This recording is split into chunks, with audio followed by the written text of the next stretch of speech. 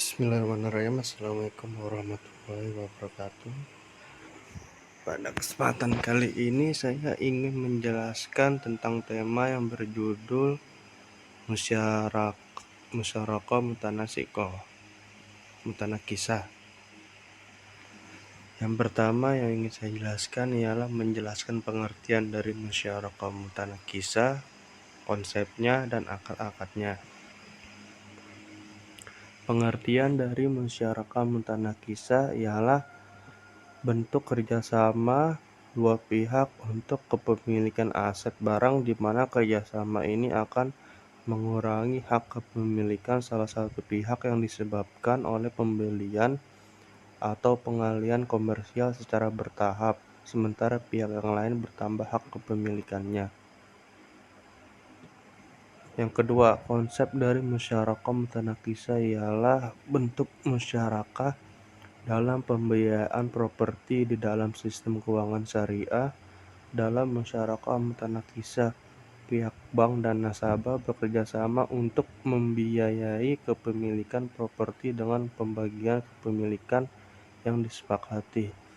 Setiap pembayaran angsuran mengurangi kepemilikan bank dan meningkatkan kepemilikan nasabah sehingga akhirnya nasabah menjadi pemilik penuh.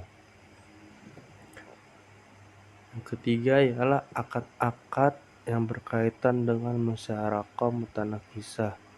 Akad-akad yang terkait dengan musyarakah mutanakisah melibatkan perjanjian antara pihak bank dan nasabah. Berikut ada beberapa akad yang terkait. Yang pertama, akad musyarakah ialah merupakan kesepakatan untuk bermitra dalam kepemilikan properti dengan pembiayaan keuntungan atau kerugian.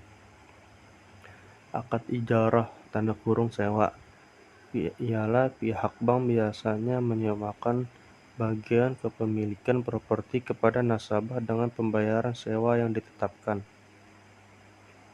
Yang ketiga ialah akad wakalah. Bank dapat menunjuk nasabah sebagai wakil untuk mengurus sebagian atau seluruh transaksi yang berkaitan dengan properti. Yang keempat ialah akad wakaf. Dalam konteks properti tertentu, wakaf dapat digunakan untuk dijadikan amal yang dapat memberikan dampak positif bagi masyarakat. Yang keempat, akad mudharabah, yaitu kerjasama atau investasi. Ialah meskipun musyarakah mudharabah memiliki perbedaan, namun konsep kerjasama investasi ini dapat terlibat dalam musyarakah mutanakisah dan untuk pengelolaan properti. Yang kedua yang ingin saya jelaskan ialah contoh dari musyarakah mutanakisah dalam masyarakat mungkin melibatkan transaksi properti yang dijalankan oleh bank syariah dan individu atau perusahaan. Beberapa contoh yang mungkin ditemui adalah yang pertama, pembiayaan rumah syariah. Seorang individu yang ingin membeli rumah bisa bermitra dengan bank syariah. Kepemilikan properti akan dibagi antara individu dan bank dengan pembayaran bulanan yang mencakup unsur sewa dan angsuran. Yang kedua, pembiayaan proyek pengembangan perumahan. Sebuah perusahaan pengembang properti bisa bermitra dengan bank syariah dalam proyek perumahan. Keuntungan atau kerugian dari proyek ini akan dibagi sesuai dengan kesepakatan musyarakah mutanakisah. Yang ketiga ialah pembiayaan apartemen syariah. Serupa dengan pembiayaan rumah, individu atau perusahaan dapat menggunakan musyarakah mutanakisah untuk kepemilikan unit apartemen. Yang ketiga yang ingin saya jelaskan ialah beberapa fatwa MUI, hadis atau Al-Quran yang berkaitan dengan musyarakah mutanakisah. Sebagai berikut. Fatwa dari MUI Majelis Ulama Indonesia. Musyarakah mutanakisah masuk ke dalam fatwa MUI, yaitu fatwa DSN-MUI nomor 73/DSN-MUI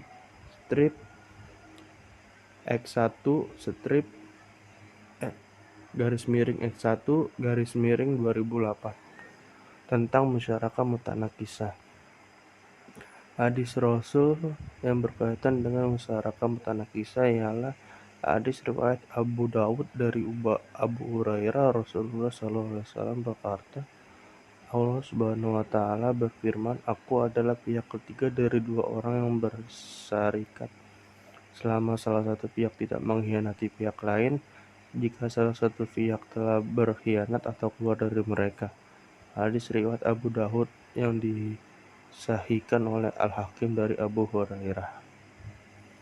Ayat di dalam Al-Quran yang berkaitan dengan musyarakah mutanakisah, yaitu ayat dari Al-Quran surat A'sad ayat 24 yang berbunyi, "Dan sesungguhnya kebanyakan dari orang-orang yang bersarikat itu sebagian dari mereka berbuat zalim kepada sebagian lain, kecuali orang yang beriman dan mengerjakan amal soleh, dan amal sedikitlah mereka ini."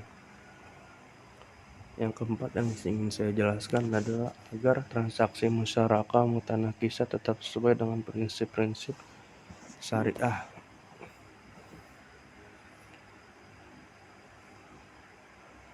Yang pertama adalah kepatuhan syariah.